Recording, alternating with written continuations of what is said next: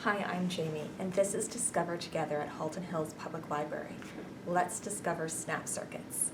To borrow this kit with your library card, visit our website at www.hhpl.on.ca. Let's get started. All right, let's get started. So the first thing you're going to notice with your kit is that it has everything that you need in it.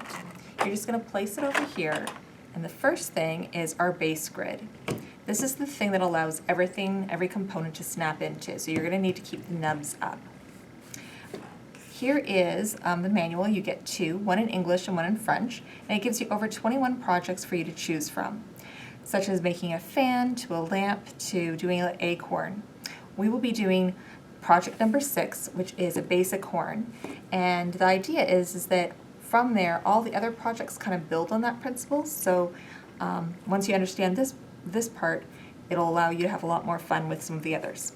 So the first thing that you're going to notice, and the reason why I know where to place everything as well as what to use, is because I've already gone through the manual. So you're going to take your battery pack, and everything's got its nice symbols and numbers on to help you understand what you need to place and where you need to place it. So that's your battery. Because we're doing a horn, we'll need the horn. So this is our next piece. The diagram will tell you exactly where to put your little plus sign. If it goes this way, it won't make a sound. If it goes this way with the little plus sign going towards the door, then we're going to have more of a chance of making the sound. So we've got our battery, we've got our horn, but they're not talking to each other yet. So that is why we need our snap wire, which is number 3. And you're just going to snap it like that. So now that they're connected, we just need something to activate our horn, and that is something called a press switch.